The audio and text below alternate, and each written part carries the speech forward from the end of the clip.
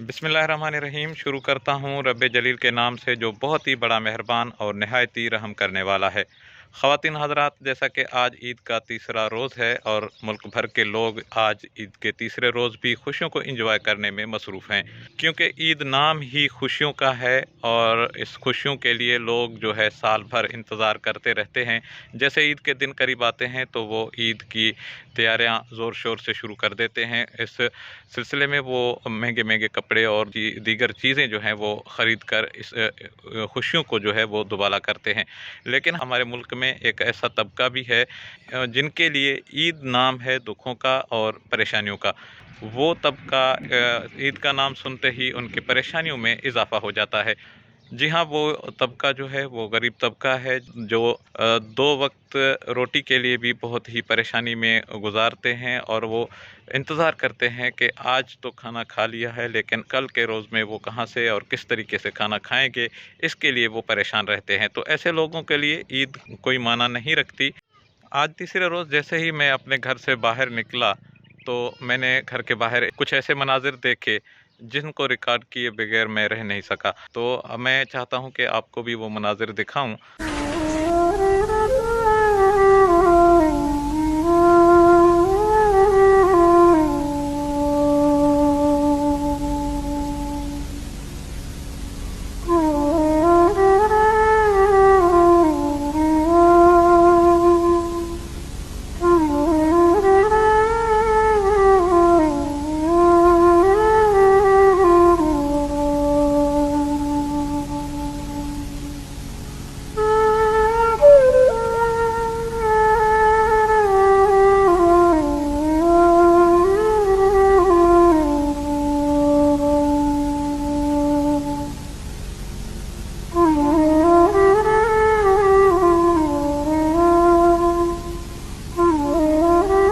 आज ईद का तीसरा रोज़ है और जैसे ही मैं घर से बाहर निकला तो मुझे एक गरीब बाप अपने 3 बेटों के साथ, जिनकी उम्रें मुश्किल से 7-8 साल होंगी, उनके साथ मज़दूरी करते हुए दिखाई दिया। इनकी उम्रें जो हैं ये लिखने पढ़ने की उम्रें हैं और खेलने कूदने की उम्र हैं, लेकिन ये इस उम्र में भी जो है ना वो मज़दूरियाँ करते हुए नज़र आ रहे हैं। तो आइए इन बच्चों से आपको मिलाता हूँ और इनसे पूछते हैं कि ईद का पहला रोज़ और दूसरा रोज़ कैसे गुजारा है और आज ईद के तीसरे रोज़ ऐसी क्या मजबूरी है जो ये मज़दूरी करने निकल आए हैं। आज ईद का तीसरा रोज़ है तो ये कहीं घूमने फिरने के लिए क्यों नहीं गए हैं, और उनके बाप से भी बात करेंगे कि ऐसी क्या मजबूरी है जो वो अपने बच्चों के साथ मज़दूरी कर रहा है। हेलो है बाबा तव्हांजो?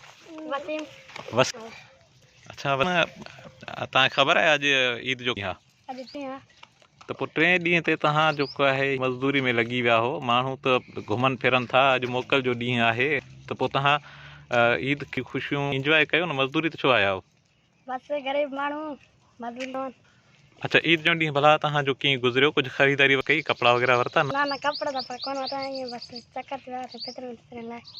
पढ़ो कोन था? ना। ते कमु कयो था, तव्हांखे केतिरी मिले थी? किथे 800, किथे 500, किथे 3 था। तव्हांखे इहो पोइ अहसासु कोन थींदो आहे जे उमिरि जा जेके नंढड़ा ॿार आहिनि उहे त खेॾंदा आहिनि, घुमंदा आहिनि, फिरंदा आहिनि, पोइ तव्हां जेको आहे उन्हनि खे ॾिसी तव्हांखे छा महसूसु थींदो आहे? ईअं असां पाण में खेॾंदा आहियूं मिड़ई। अच्छा, केॾी महिल खेॾंदा आहियो? मज़दूरी वारे टाइम खां पोइ शाम जो? हा, शाम जो। अच्छा, ही पैसा जेके तोखे मज़दूरी जा तव्हां ॿुधायो था त 400-500 रुपया मिलंदा, त इन्हनि मां तूं छा वठंदे, छा कंदे? बसि कुझु घर जे तॾहिं कुझु खपंदा। अच्छा, तव्हां उहे 400-500 रुपया जेका उहे वरी तव्हां घर बि ॾई ॾींदो? हा। तव्हांजो वालिद साहिबु छा कंदो आहे? मज़दूरी कंदो आहे। अच्छा, हींअर तव्हां पंहिंजे पीउ सां गॾु मज़दूरी पिया कयो? हा। अच्छा, हिन खां अॻु में बि मज़दूरी कई आहे किथे? हा। हिन खां अॻु में किथे मज़दूरी कई आहे? ना ना। अच्छा, पहिरियों दफ़ो मज़दूरी पिया कयो या अॻु में वियासीं 2-3 चकर।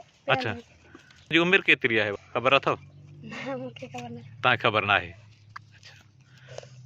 तो नाजरीन, ये आपने इसकी बातें सुनी हैं। इस उम्र में इसको तो पता भी नहीं है कि मेरी उम्र कितनी है, और ये कहता है कि मुझे जो है मैं अपने वालिद के साथ यहाँ मज़दूरी करने पे निकल आया हूँ, और जो 300-400 रुपये जो इनकी मज़दूरी मिलेगी इनको, तो वो उनमें कुछ जो है वो घर के ख़र्चे के लिए देंगे और कुछ वो अपने लिए ख़र्च करेंगे। और उसने ये भी मुझे बताया कि हमारी ईद की दिन जो है वो आम दिनों की तरह ही गुज़रा है। तव्हांजो छा नालो आहे बाबा? सोहेल। सुहेल। सुहेल, तव्हांजी उमिरि थींदी? 10 साल। 10 सालनि जो ॿार को आहे स्कूल वेंदो आहे, पढ़ाई कंदो आहे, वरी खेॾंदा आहिनि, ऐं तूं सालनि जी उमिरि ते मज़दूरी पियो करीं, अहिड़ी कहिड़ी मज़दूरी आहे, छाजे करे मज़दूरी थो करीं? अच्छा, त ग़रीब आहे त पोइ घणी मज़दूरी मिलंदी तोखे, ऐं तूं जेको आहे उन मां तुंहिंजी गुरबत कम थींदी? गाड़ी आहे, कमु कयो था 500 600 500 500 रुपए में काॾे कंदे 500 रुपया तोखे मिलंदा आहिनि, तो काॾे कंदो? पोइ ईद जा 3 मोकलूं हूंदियूं आहिनि, ऐं तव्हां जेतिरा ॿार त तयारु थी ॾाढो घुमंदा फिरंदा आहिनि, तव्हां मज़दूरी कयो पिया छो भला? गुरबत हमारी गरीब ईद जो पहिरियों ॾींहुं भला कीअं गुज़रियो तव्हांजो? केॾे विया हो घुमण फिरण? शहर में विया बस सिर्फ़ु शहर ते विया हो? अच्छा, भला इहो ॿुधायो, ईद जे पहिरें ॾींहं ते केतिरी ख़र्ची मिली तव्हांखे? 400 500 मिलिया 400 500 रुपया मिलिया आहिनि। ईद जी शॉपिंग वग़ैरह कई आहे? कपिड़ा को चंपल वग़ैरह वरिता? न, कुझु बि न वरितो आहे ईद ते? हा, अच्छा, ईद 3 ॾींहं ते बि सुवाल आहे। तव्हां स्कूल वञो सोहेल? स्कूल वेंदा हो, पढ़ो तव्हां 3 क्लास में? अच्छा, हिन खां अॻु में बि मज़दूरी कई आहे या पहिरियों दफ़ो आहे तव्हां मज़दूरी पिया कयो? अच्छा, हिन खां अॻु में माना स्कूल खां मोकिलण वारे ॾींहं में तव्हां घुमण फिरण बदिरां मज़दूरी कंदा आहियो, ईअं? अच्छा, तव्हांजो वालिद साहब छा कंदो आहे? वो भी मजदूरी कंदो है। तो ख़वातीन व हज़रात, आपने इन मासूम बच्चों की बातें सुनी हैं और इन्होंने बताया है कि इनका पहला दिन और दूसरा दिन ईद का जो है वो भी इसी तरह ही गुज़रा है। इन्होंने ना अपने लिए कपड़े लिए और ना चप्पल वगैरह लिए, ना और कुछ इन्होंने और कोई ख़रीदारी की है। इनका जो ईद का दिन था वो भी ऐसे ही आम दिनों की तरह गुज़रा है। बहुत ही ये बड़ी अफसोस की बात है कि अमीर सिंध के गरीब लोग हैं। मैं जिस इलाके से अभी ये वीडियो बना रहा हूँ और हमारा जो इलाका है ये काछो का इलाका है, और यहाँ से तकरीबन 30 से 40 किलोमीटर मुफासले पर ऑयल एंड गैस की बड़ी बड़ी कंपनियां यहाँ पर मौजूद हैं, जिनकी प्रोडक्शन जो है वो करोड़ों अरबों रुपए में है। लेकिन इस मुल्क के, इस इलाके के लोगों की ये सूरत हाल है जो मैंने आपको दिखाई है कि ये बच्चे जिनकी उम्रें अभी खेलने कूदने की और पढ़ने लिखने पढ़ने की हैं, लेकिन ये इस उम्र में जो है वो मजदूरी करते हुए नज़र आ रहे हैं।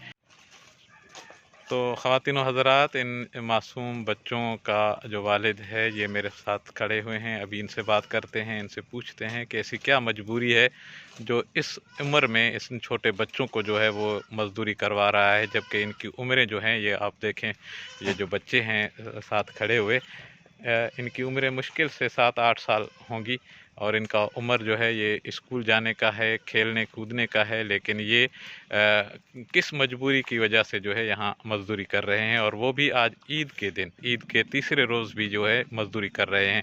हाँ, तव्हांजो साईं नालो छा आहे? फिदा हुसैन। अच्छा, फिदा हुसैन, तव्हांखे ख़बर आहे त अॼु ईद जो 3 ॾींहुं आहे? साईं बिल्कुलु। ऐं ईद जे 3 ॾींहंनि ते ई तव्हां मज़दूरी ते हलिया आया हो। माण्हू त ईद जे ॾींहुं घुमंदा फिरंदा आहिनि, ख़ासि करे केॾे निकिरी वेंदा आहिनि, जी जी। तव्हां वरी जो कहे मेरा कपिड़ा पाए ऐं मज़दूरी ते हलिया आया हो, कहिड़ी मजबूरी आहे? साईं मजबूरी आहे, बेरोज़गारी तमामु घणी आहे, महांग जो दौरु आहे, नथा पई सघूं, बचिड़ियल माण्हू 4 5 6 बचा आहिनि, ॿुधी बेरोज़गारी ॾाढी आहे, उनजे करे पोइ हाणे ईद पैसो रोकड़ हुजे जो माण्हू निकिरी वञे, गुरबत जे करे मज़दूरी करे जेको पेट भरे हलंदा आहिनि, इन्हनि जो कुझु सवा ॾेई हिननि खे कुझु पंहिंजो कंदा कारोबार, ॿियो घर जो सिस्टम हलाईंदासीं। हिननि खे पढ़ायो कोन था? सर न, ख़र्चो बर्चो को कोन्हे, ग़रीब माण्हू, ॿुधी ॿी का न कारोबार आहे, न बनी आहे, न ॿारो आहे, ॿुधी साईं, इहे मज़दूरी जीअं असां अपनायूं तीअं मज़दूरी में ई। अच्छा, ॾिस, ईद जे टाइम ते हिननि खे कपिड़ा लटा को चंपल वग़ैरह वठी ॾिना अथव कीअं? सर जे भलाई थी वेंदी आहे, किथां को मिली वेंदो आहे वठी ईंदा आहियूं, त गुरबत में ई वक़्तु कंदा आहियूं, ॿीहर सेल कपिड़ा इहे धुआरे इस्त्री करे उन में जहान करे वेंदा आहियूं। ऐं हिननि जी उमिरि हींअर जेका आहे स्कूल मोकिलण जी आहे या वरी खेॾण जी आहे, तव्हां हिन खां मज़दूरी पिया था करायो, तव्हांखे अहसासु कोन थो थिए त मासूम ॿार आहिनि? एहसासु कीअं थो बचिड़े वारा को एहसासु थींदो आहे, पर हाणे जो गुरबत लॻी पई आहे, ख़र्चे जे लाइ किथां पैसो अचे, ज़ाहिर जे वञण पंहिंजे लाइ 100 हिकु हुजे जो उहो तालीम बि कनि, ओॾां वञी पंहिंजो बि कनि कारोबार। अच्छा, केतिरी मज़दूरी मिलंदी आहे हिते तव्हां जेको कमु कयो था? ऐं हे जेको 700 800 ते हे बि कमु कंदा आहिनि, किथे अधु ॾियारी ते हिनजी 400 500, हिनजी ॾियारी 1000 त मूंखे मिलंदो आहे। एॾो महांग जो दौर, इहो बि शाम जो साईं पूरो थी वेंदी आहे। सही। हिते असांजे हिन इलाइक़े में कुझु ई मुफ़ासिले ते हेॾियूं वॾियूं कंपनियूं आहिनि, जी तेल ऐं गैस निकिरे जी पियो। हीउ असांजो इलाइक़ो अमीर तरीन इलाइक़ो आहे, जी जी तव्हांखे जी ख़बर आहे त जी किरोड़े रुपयनि जी गैस निकिरे पियो, बिल्कुलु तेल। बिल्कुलु त बिल्कुलु इन कंपनी वारनि जे तरफ़ां ग़रीबनि जे लाइ या रोज़गार जा मौक़ा या के फंड वग़ैरह कुझु कोन? जी न साईं, न असांखे न मिलियो आहे अञा ताईं। ॿुधिबो इते का जी मज़दूरी वग़ैरह बि कुझु कोन? न न कुझु बि न को कंहिं चई आहे त तव्हां ग़रीब हो, तव्हां मां 2 3 4 ॼणा ॿाहिरियां शहर ते ड्यूटी करे हिते कमाए था वञनि असांजे इलाइक़े में। असांखे कॾहिं यादि न थियो आहे साईं। जी बिल्कुलु, तव्हां सही था चओ। इन्हनि कंपनियुनि में पंजाब खां KPK ख़ैबर बिल्कुलु पख्तूनख्वा खां पंजाबी पठाण कनि था, जी पर हितां जा बिल्कुलु लोकल माण्हुनि जो रोज़गार जी न आहे। न न न ॿुधी कुझु अच्छा, ईद जो पहिरियों ॾींहुं ऐं ॿियों ॾींहुं तव्हांजो कीअं गुज़रियो भला? काॾे निकिता आहियो, घुमण फिरण विया हो जी या? न साईं, न न पंहिंजे बचनि में घर हला हला के वेठासीं, के निकिरण जो को बि न ही ताक़त, निकिरे माण्हू ताक़त जे ज़रिए ताक़त न ही, वेठासीं बचनि में। पोइ जेको गुरबत जा हर बचनि सां गॾु खाई पी उते ईद मुबारक हिक ॿिए खे ॾेई उते वेही रहियासीं। तव्हां पंहिंजे लाइ कपिड़ा वग़ैरह कुझु वरिता साईं आहिनि? न न साईं, कंहिं बि न वरिता? साईं मूंखे यादगिरी आहे, मां जीअं मज़दूरी कयां त पंहिंजे खाते जो पंहिंजे ख़र्च ते कॾहिं न आहे वरितो। ॿुधिबो आहे अच्छा, साईं।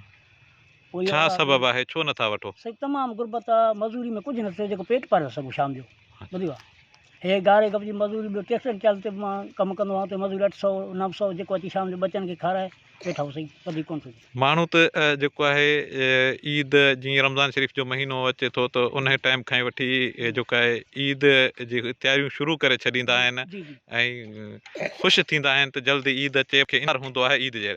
तव्हां मूंखे ॿुधायो, तव्हां जो रमज़ान शरीफ़ जो ईंदो आहे जी जी पोइ तव्हां परेशानियुनि में नफ़ो थींदो आहे या बि ईद इंतज़ारु आहियो? साईं माण्हू कंदा न कंदा हद कर ॿुधो ॿुधी ॻाल्हि आहे कंदो मिले पोइ लटा बचण लाइ जो थी सघे पेट मस्तु आहे सघे साईं। ख़ुशी उनखे थींदी आहे जंहिंजो पंहिंजो 5 रुपया हूंदा आहिनि, जंहिं खे ख़ुशी हूंदी आहे।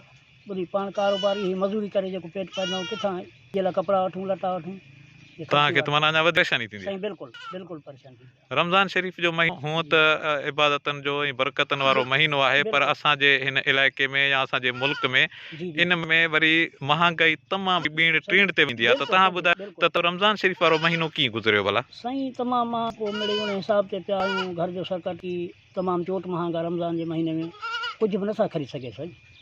ॿुधी उनजे लाइ पोइ मिड़ई वक़्तु पिया कटियूं। हिननि सां हक़ीक़त तव्हां जी चओ था भाई हिननि जी उमिरि तालीम जो वञा पोइ रांदि करण जी, पर इहे बि शाम जो राति जो पुछंदा आहिनि त बाबा सुबुह जो किथे मज़दूरी ते हलणो आहे, पेट गुज़ारण। ॿुधी हिननि खे बि शौक़ु माना रांदि जो न आहे, छो जो न आहे न बाबा। ॿुधी ख़ुशी हुजे त रांदि वञी करण जा, को पंहिंजो तालीम जे हिन तालीम लाइ 5 रुपया खपनि साईं, ख़र्चो आहे उनजे लाइ ग़रीब हूं जेको नथा पहुची सघूं।